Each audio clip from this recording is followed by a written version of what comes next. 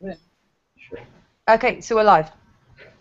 Okay, so hi everybody who's watching. I'm Rosie. I'm the editor of Total Film, and I'm here hosting our very first Google Hangout with the producers and director of Devil's Due, also called Radio Silence. I'm very excited to be here with you guys. We have Justin, Chad, and Tyler. So do you want to introduce yourself, guys? Yeah, I'm Tyler Gillette. I'm Justin Martinez. I'm Chad Villela. And this is Allison Miller. Yep. She's looking Okay, good today. Well, so we've got about 45 minutes. We've got a few bloggers that will be popping in and joining us and asking some questions during this time. But for now, so can we just start off with a little bit of background about how you guys know each other and how you got together in this collective that you work as? Yeah, we actually have been working together now for 5 years. Yep. 5 years. And Justin and I went to school together, so we met many years ago. And then Matt, who is unfortunately isn't here with us today, we worked at New Line Cinema together. And then Chad and Matt, you guys met in an acting class your first day out from... Yeah, the first day I moved to Los Angeles. I met him.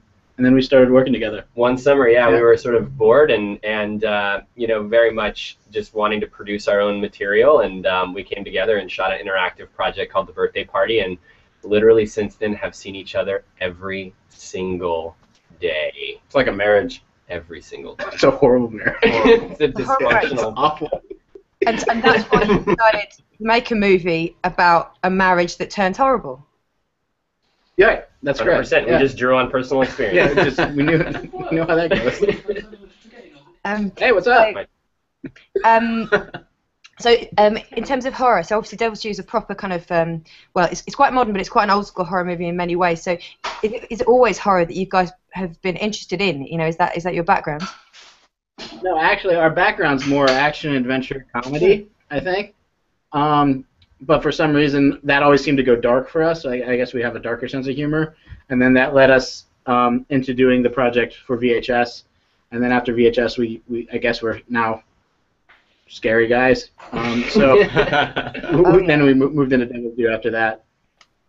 Yeah, but we're always really, I mean, the type of horror that we're interested in is really more kind of character-based stuff. You know, we certainly have like hung out with the hard genre guys with VHS. We had the opportunity to, you know, like Adam Wingard and Ty West, who maybe do sort of more classic horror stuff. But our approach has always been to kind of get into the story through the characters in as personal a way as possible, and even try to inject what the story is, what the genre is, with some comedy and some like real life levity, so that when things go bad for the characters, you really feel like you've related to them in a way that makes what's scary about the journey matter even more.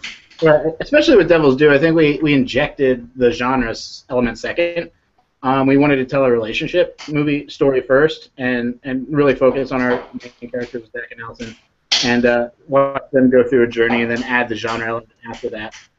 Yeah. Yeah, we really sort of started, when we started telling the story, we really wanted it to be, we kept pitching it to ourselves as the horror, like the genre version of the movie The Notebook. And Right. to that effect, we maybe succeeded. Yeah. Well, can we just talk for a second about your segment of VHS, which obviously is absolutely brilliant. Now, how did you guys get involved in that project? Because as you said, it has quite a lot of big names in horror, and I personally hadn't really heard of Radio Silence before that segment.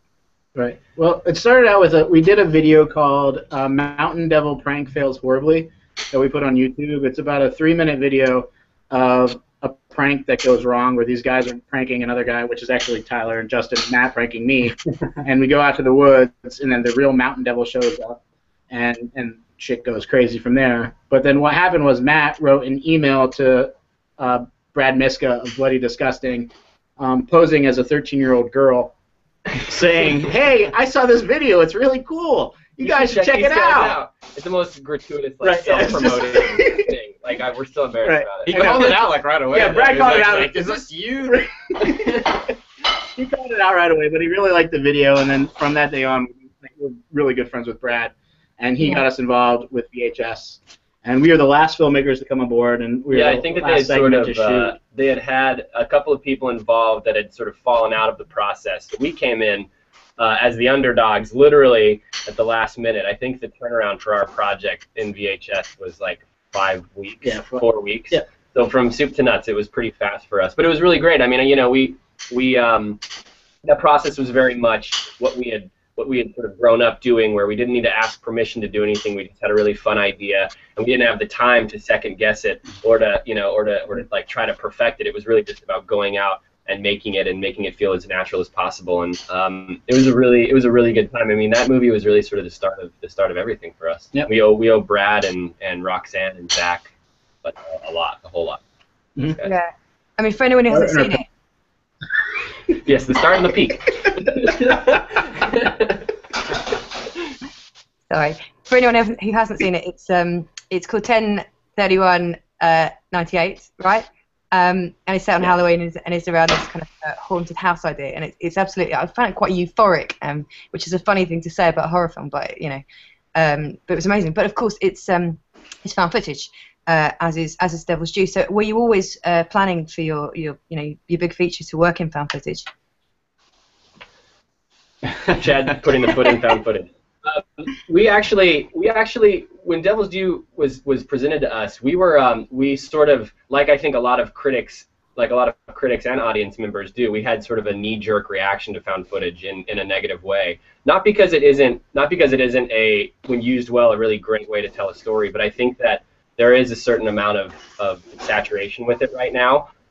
So we for a while talked about doing the conventional version of the film, but ultimately I think what happened with Devil's Due, what we decided on was, if we were shooting the conventional version of this story, it was just a Rosemary's Baby remake, and using the point of view style allowed us to get into the relationship in a more intimate and voyeuristic way, which was just, for us, narratively, really, really intriguing, and made it feel really fresh and original. So, our start was more in the conventional style of filmmaking, and we still love making those types of movies. When used well, I think that found footage is a really fun and creative way to solve the problems of a story and give people a really intimate connection, visceral connection to the lives of the characters. And how much did you obsess over the logic of where the camera would be? Because it's a funny thing that's become since found footage is so popular now that people start getting really finicky. So were you obsessive about it? Definitely certain rules. Right. It was very, very part of the debate every day of what we did when we were making the movie. Like how do we show things in a way, and how do we just motivate the camera to even be there at that time? So it was a daily conversation we had. Yeah, and I think ultimately it's where found footage movies succeed or fail, right? Is in the motivation of why you're seeing the story that's being told, and it's one of the big problems, but I think one of the big opportunities for the style as well. And whether or not we did it successfully, I think that it's a really interesting conversation. I think the challenge of the style is that you have to remember that you end up having so many conversations about why the camera is there that sometimes you can forget to have conversations about the characters, which is ultimately what any great story is about. So there was always this like constant reminder, like, okay, we're going to spend a little bit of time like talking logic, and then we need to talk about what actually matters. And I think what we try to do is sort of blur. We tried to land in the middle. We didn't want to do like a sort of Blair Witch found footage that had this framing device and made it feel like it was all this sort of cobbled together footage that people, like the authorities, had collected after the fact. We wanted to give people a little bit more of the big movie experience, more sort of the Chronicle version and like the Paranormal Activity version of found footage, because I don't think audiences are fooled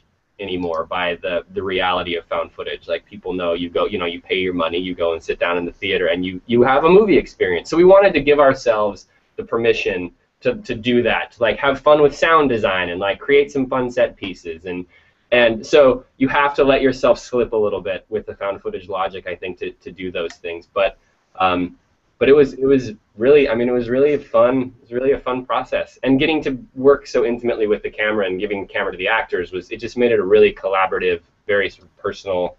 It was like a Google Hangout, really. With technical hitches.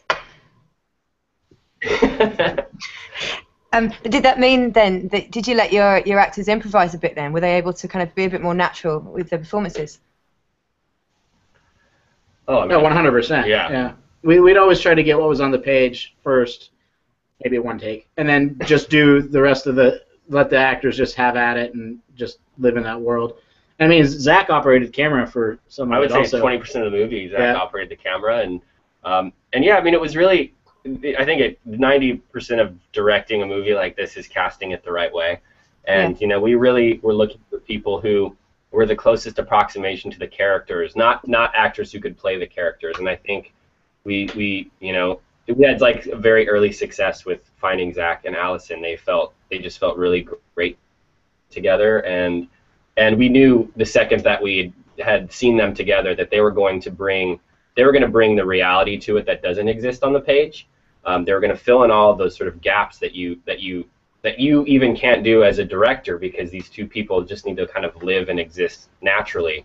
And they had a really great relationship right from the start, and it really just continued to evolve and get better as we made the movie.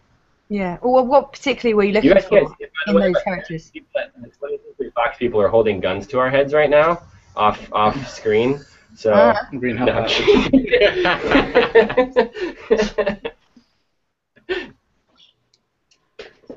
No, not at all. I only half hear you. I'm sorry. So what was it particularly that you were looking for in those two characters? What did you want from those guys?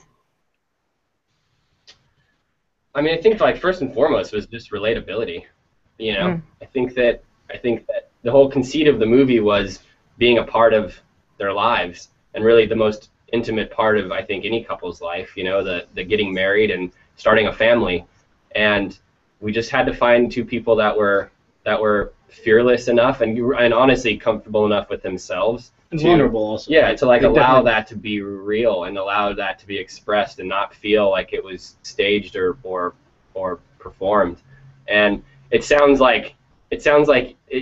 sound like you're asking a lot when you say that. Like, oh, you just have to show up and be natural. But when you're on set and you have a crew and you have a schedule and you have a camera and all of that, sometimes being natural is the furthest thing from like the obvious choice. And they were just very natural at all times. Yeah.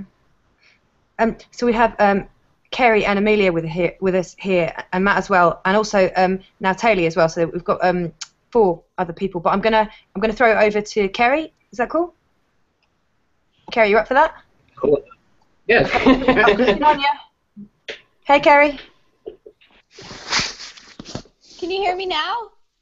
I can. Kerry. Yeah. Hi. So lots of gruesome death at the end of the film. Were you ever tempted to have a happy ending, or did you just want to kill her and kill everyone? It's a good question. Did we ever have any happy endings? I don't know if we did. We weren't loud. Yeah, we're kind of an everyone dies. We're kind of an everyone dies in the end group. Yeah. I don't know. I was trying to kill Zach. So like some films, like maybe they survive, but then the baby, and then there's another couple in a different country, but this couple's okay, but you just killed them. Were you ever tempted to keep them alive, or total annihilation? Well, we can say that when in the sort of original screening of the movie, when we first previewed it, it did end much more abruptly than it ends, than what is on the DVD and theaters. It was actually, and I think that to a certain extent, if you are playing by the rules of found footage, the camera either runs out of batteries, the person who's operating it gets killed, or the camera gets destroyed. So there is this sort of, there kind of has to be an abrupt ending in a lot of ways, but we had the really abrupt end, and it just didn't feel satisfying. It felt like it was too. It didn't really sort of give you enough of an aftermath. Right. I mean, Zach lived, and in that way we were telling a bit of a tragedy rather than, and it was Zach's story. It was his POV for most of the movie, and then when we introduced the antagonist of this other sect of people who are trying to bring about, the birth of the Antichrist, then we had to have like a scapegoat, and we thought Zach fit that well. For that, it's almost more just tragic. To show, right? It's even more tragic alive. that way that he is alive. He has to live with this, and he got blamed for all of it. Yeah, bad times. So we definitely wanted What's that? Yeah, bad time. Yeah, bad time. Yeah, he had a shitty day. That was the other name we were thinking about. It's either Devil's Due or Zach has a shitty day. It's got a ring to it. Oh, you're right. Zach should have killed the baby, and that wasn't a happy ending. And And then everything, yeah. Basically. So that was interesting what you were saying about like obviously Zach living and it kind of being from his point of view, because it did feel like it was his. So there have been other movies that have been about sort of demonic satanic pregnancy, but this one's quite clear from his point of view more than it is from hers. I thought that was quite interesting. Was that something that you deliberately kind of thought about when you were starting out?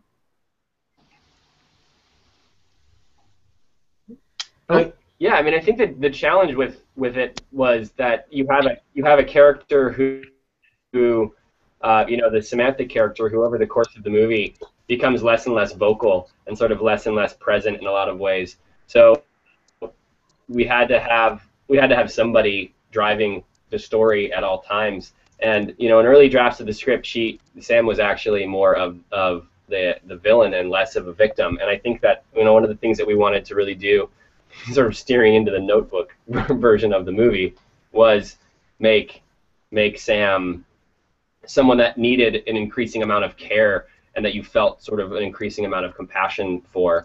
But as you start to lose her, you still have to have a protagonist that's really like charging, moving the story forward. And so it made sense to keep Zach active throughout the whole thing and to really see the movie, from his point of view. Right. And we also had to come up with ways to actually see Zach too, because you don't want your protagonist to be behind the camera the entire film. So we had to think ways to like either flip the camera around on him so you could get him in his world, and also the voyeuristic cameras we put up in the house. We thought we could see a little slice of life that way.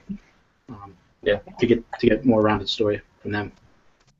And you'd mentioned like things like Rosemary's Baby earlier. I mean, were you consciously trying to make sure that your film was different in that way? Yeah, I mean, I think we also knew from the start that those comparisons were going to be, obvious. I don't think there's any version of making a demonic pregnancy movie and not reference Rosemary's Baby. It's also funny that it seems to be sort of part of the creative consciousness right now. I mean, when we were making Devil's Due, there were 3 other films in production that were, had a similar concept, and then of course Rosemary's Baby just came out, and now Extant is coming out that's about an alien pregnancy. So it was. I also feel like there's just something kind of in the creative vocabulary, like an interest in that for some reason, and I think that just happens with certain concepts. But we tried, instead of trying to do like the vastly different thing, we just wanted to kind of pay homage when we could and sort of be respectful of what that was, knowing all along that there wasn't ever going to be a world where what we made wasn't compared to it. So, and really just hoping that the sort of approach, the style, the kind of POV way of telling the story was gonna separate it from Rosemary's Baby in enough of a way to make it feel a little bit new and a little contemporary and a little fresh.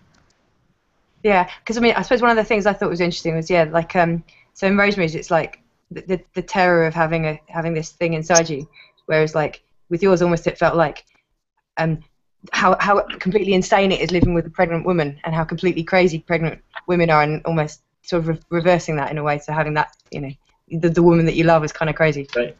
Quite interesting, I thought. Yes. They did hire 4 dudes to make a movie about pregnancy, so it was an interesting choice. But that was really a fun part of Breaking Story, was like finding those fun moments where she's acting crazy and you're not sure if it's the pregnancy or if it's something else. And I mean, I think that's a really fun.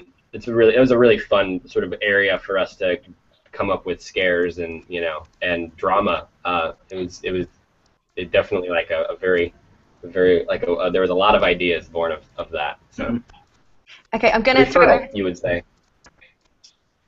So I'm gonna throw it to Amelia now, if that's cool. Amelia, is that good? Yeah, that's great. All right. No, sorry, Amelia. Okay, so guys, I'm really interested in your creative process. Can you hear? Can you hear me?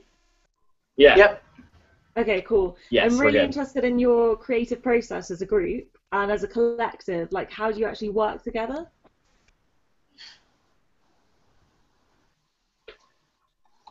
Hangout? Who's taking this one? I mean, honestly, I think that we came from the digital space where it's kind of the Wild West of filmmaking in a lot of ways. And I think one of the really cool things about coming from the online world is that we were making projects where the credit of and the sort of specificity of like what people did and what people do on a set ultimately doesn't matter, because no one is watching a video online, no one's really watching something in the digital space because of the person who directed it or the people who made it. They either really like it and they want to continue to watch and they want more, or they click over to watch, a cat jumping off a balcony. Yeah, yeah. So I think that it started from a spot, a place for us where it was just always like an all hands on deck way of creating content. It was never about, okay, I'm going to do this specific thing, you guys go do this specific thing. It was about, okay, how do we all fill out all of these roles that need to be filled for us to actually successfully create something? And it was a really sort of ego-free process. It was always just about serving what we were making in the best and most efficient way possible. And I think that one of the biggest successes of Devil's Due for us was that we were able to really bring, I think, that sensibility to how we made the movie in a setting where there certainly needs to be more structure, and there is more of sort of a hierarchy, not just for guild reasons, but just because you have more, you have a schedule on the line, and you have, finances on the line, and you just need to kind of have certain things in place for the process to run smoothly. But I think that Fox, to their credit, they were really cool with the experiment of that, with hiring 4 dudes who just wanted to make something cool to kind of step into this process that was maybe more structured than we would have done it in the past. But they really met us halfway. They really allowed us to bring what I think is unique about how we work together to making. There's definitely a Venn diagram approach to it where we do have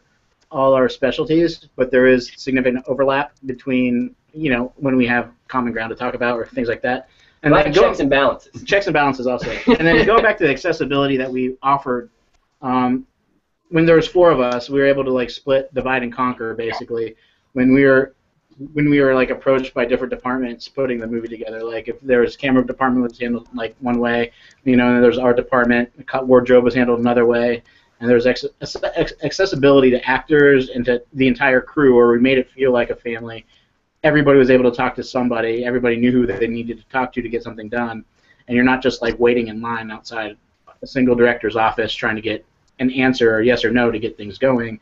And that helped us fly through production. I mean, we did all our pre-production in New Orleans was 4 weeks, and we set up the film, the house, and everything like that, and shot in the Dominican Republic.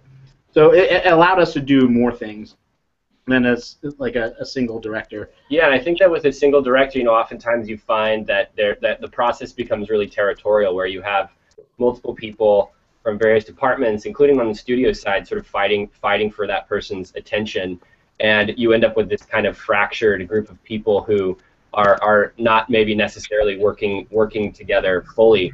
And with us, it was, when you sit down with us, you're kind of a part of the group. It's like a family. It's a very sort of family, familiar, fun approach, and we are we're just as interested in making something great as we are in making the process of making it great. And I think that we had a really good time making the movie, and I think that people who worked on it with us would say the same thing. Yeah, I think they had a lot of fun too. And the other thing, just to throw it out there too, there's we have a creative talk about things. So it's not the auteur version of filmmaking where it's one guy and it's his way or no way. If there was something up for debate, we'd actually have a discussion about it, and then decide which was the best way to proceed, rather than.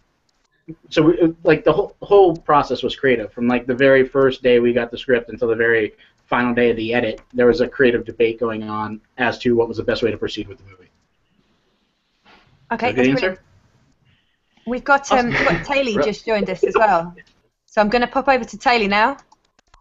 Hey, Taylor. Hello? Yeah. Hi. Can you hear me? Yep. Yeah. I can hear. With horror films being such a huge genre, how do you avoid cliches? Impossible. Yeah, I mean, I think it really is. I think so much of it comes down to the execution. You know, I mean, and you could argue that every movie kind of borrows from the movies in the past, and I think ultimately it's about your characters and how you represent them that makes something feel original or not. And it's having a strong point of view going into it, and like how things are revealed or how the pieces all fit together. I think that is a good way to steer clear of cliches. I mean, you're going to hit a roadblock every now and then. Well, especially with found footage, where there are only so many ways, like literally a finite number of ways that you can motivate why somebody is there's a camera there filming something. We actually should probably publish a list, and we should just like send it out. We should copyright it, send it out. Which would just say don't. Yeah. that one thing on the list. So I mean, I think it's a great question, but I think that, you know, to a certain extent you have to be willing. And there are times too where if you steer into the cliche, it actually ends up being something. You're able to kind of make it something new. I think that there's this kind of fear of like doing the cliche thing, and one of the things we like to explore is if something feels really cliche, what if you do it? What if you amplify it, or what if you call attention to it? Like, what if you make a commentary on it? There are all kinds of ways that I think you can sort of navigate those like cliche ideas and make them feel, and really like take a little bit of ownership of them and make them feel a little bit original. Okay, Kaylee, I'm going back to you. Okay. And how did you know the casting was right for the film? Like, at what moment did you realise you had the right team? Well, Allison, we cast from like almost day one. I think she was in the first group of people we saw, and she came in and just crushed it. And she brought a humility to it, vulnerability to it, and she actually had a good time doing the entire thing. It was a great sport. And it felt kind of weird because everyone was like, you know, oh, you know, you won't see the right person right off the bat. You just got to keep looking, and we literally, I think she was like the second person we saw, and it was like, okay, do we need to do this? No, we should still see some people, and by like the sort of third day of casting that role, it was like, okay, like, no, she's, right. There's literally no one better suited for this. Yeah. Zach was a bit more of a... Well, Zach was a bit more, because working with the casting director, they brought in, like, not that Zach isn't a big, huge, hunky guy, but they brought in a bunch of big, huge, hunky guys that are like 6'4" and really cut. And like, really? I mean, that doesn't seem like the role, you know? It's like the guy's a little vulnerable. He's like trying to like do this for his family. He's like more of a sweet little, not nerdy, but no, just like there's like a sentimentality to him that's really charming. Right, it's not exactly. saccharine. It's not, you don't sort of hate him for you love him for the way that he loves his wife, and the sort of way that he wants to live. You know, live his life. But that, I mean, you know, it was pretty. I'd say it was. All in all, casting was pretty quick, and I mean, outside of those sort of two key roles, and Sam Anderson, who played Father Thomas, and maybe like a couple other people from LA, most of the casting happened locally in New Orleans, and there were, I mean, just an incredible group of actors working out in New Orleans, and really just an incredible group of filmmakers in total working out in New Orleans. It's such a great place to tell a story right now. Okay, Kerry, I'm going to come back to you if that's cool. I've heard that, and sorry, you might have covered this already because I was late, but I've heard that there was a lot of improv during filming. Is that true? No, that's very true. That's very true. We definitely had the script as a framework for each scene, so we knew our objectives for each scene, but we wanted the dialogue and the interaction between Zach and Allison to be as natural and spontaneous as possible, and still hit the goals of the scene. So we let them riff for minutes. We'd do takes that were like 6, 7, 8 minutes long, and just let them go through it, and so they felt comfortable with it, and then be able to play off of each other and just have fun in that world. And one of the great things I think about that, I mean, obviously, the style of this sort of point of view style lends itself to to improv in so many ways. But I think one of the really cool things that you get to do, if you have two actors that are just you know, being together for 8 or 9 minutes, you can cut around within that footage. You don't. It's not about necessarily creating a sense of continuity. And I think the viewer. We're so familiar with video, and we're so familiar with those like little snippets of life that we see every day, you know, online, and the things that we record ourselves. It's sort of fun to drop people in the middle of a situation and kind of jump them around in it, and you really get sort of a fun sense of of who these people's lives are as you put the pieces together of a scene. So Right. there's just always you shoot so many usable things, and not all of them are usable in the sense that they drive the story forward, which is just kind of one of the unfortunate things of only being able to tell a story for a specific runtime. There were so many great moments between them that we would have loved to have been in the movie, but just ultimately didn't serve the movie. But I would say there's maybe like 10 scripted lines in the film in total. Right. The rest of it is improvised. Wow. Yeah, and I think just to jump off of that a little bit more, like we wanted to create environments that were 360 degrees, where it wasn't like a typical film set where it was the two actors, the camera, and then like 30 people behind them on their cell phones. Yeah. It was like, all right, cool. This is our world. This is our contained world. Like, here's Zach with the camera. Here's Allison. Just go walk through that place. You have free range to go wherever you want.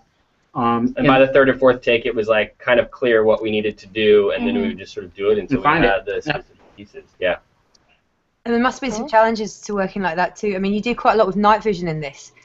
Like, I can't quite imagine how that would work. But is that tricky? How does it work?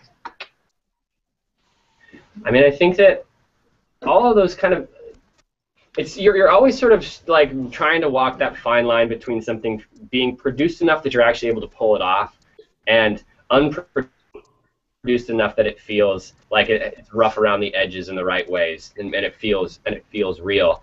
And it's always about sort of finding that sweet spot, that place right in the middle of those two kind of ways of telling a story.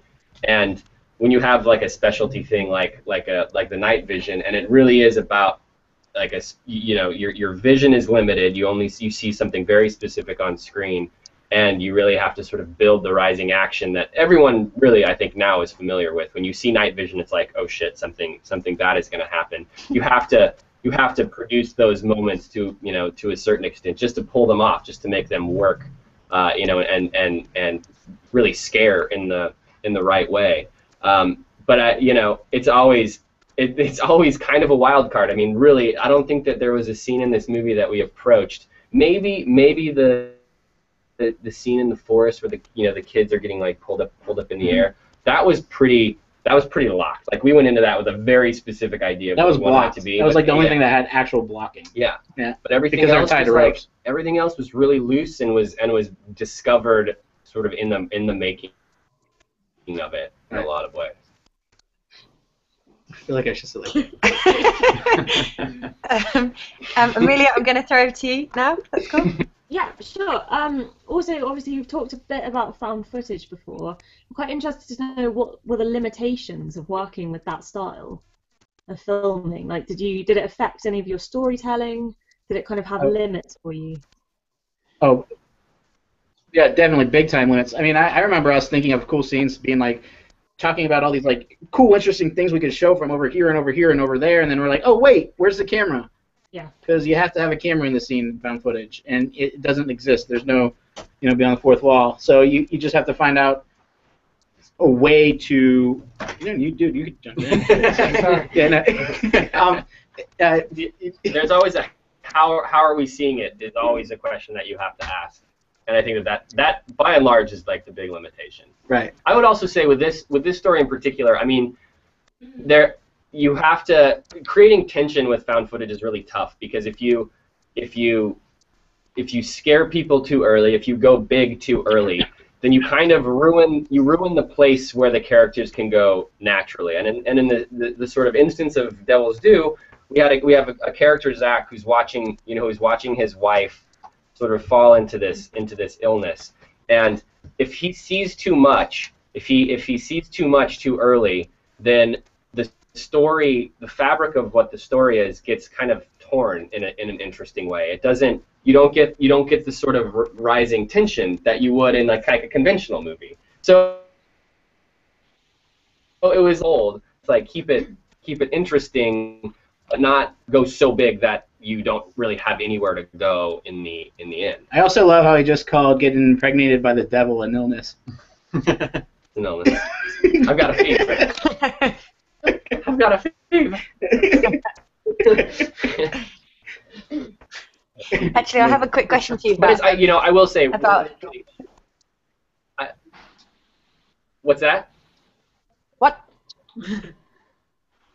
So I was going to say, I gonna have questions I about think the. I think that there's this sort of people think that found footage movies, that they're like made by lazy filmmakers who don't want to, like, who want to do something on the cheap and don't really know how to tell a story. And I think that it really couldn't be further from the truth. I think that you have to answer more questions, and you have to ask more questions with that style than you would most stories. I think with a conventional movie, you have so many tools at your disposal, and when you are making a found footage movie, your legs are kind of cut out from underneath you, right from the start. Right, like cut-ins. Like cut-ins. Be able to see the knife and music, be able to see those things. You know, like cutting forward and backward in time. Like all of seeing the villain. Like how do you score is see a big like thing too. The antagonist motivation. All of these things that we kind of take for granted in conventional storytelling. When you take that out of the process, you have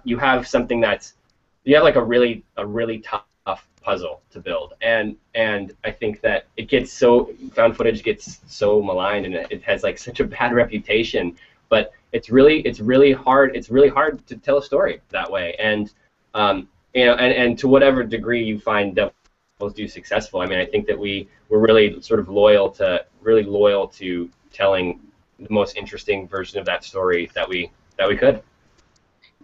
Do you guys think you'll move away from found footage for your next movie? Yep. Yes, next question. Absolutely. I just think it has to do another footage movie. I think that the idea would need to be so born of that style. It would need to be so about the telling of it, that in that style, that it would be kind of an unavoidable, like, obvious, this is a great found footage movie thing, instead of this sort of square peg round hole, which I mean, there was a lot of Devils Due that felt very natural to tell in that way, but as Chad was saying earlier, there were so many like great ideas that we just couldn't do because of the style of film. That said, our next one will not be found footage.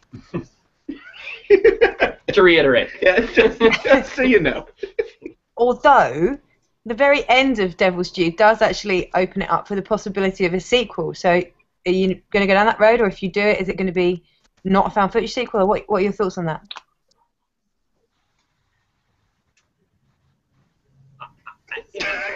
I mean, if it means that we get to co-shoot in Paris for a little more, no. Yeah, the tag, like the end tag, what we really want to do with the end tag, wasn't more the sequel road. It was more to set up the global reach of this group, and then building this army of Antichrist. Like, if there is one, there will be many, is like the quote that we used to open the movie. And we wanted to really show that these guys it could happen to anybody. It's out there happening now, and to have that feeling. Though our actors in Paris are really great, they're nice. And I would say that, I mean, it is the sort of most conventional part of the movie. We have these sort of, it is sort of bookended, by these scenes with Zach in the interrogation room, and then that final bit in Paris really is the most conventional part of the movie, and it certainly, I think, I mean, one of that scene was born of this idea that the movie had ended a little abruptly. Like it really, in one cut, ended when Roger, who plays this sort of head cult guy, takes the camera in the nursery off of Zach. That was the end of the movie, and there wasn't a sense of it sort of being this larger idea that was kind of out in the world. And the Paris tag was really about just sort of satisfying the idea that there would be the possibility of more story, whether it happens in a sequel or not. Just the implying of story beyond what you saw in the movie, I think, is a more satisfying way to ultimately leave the story.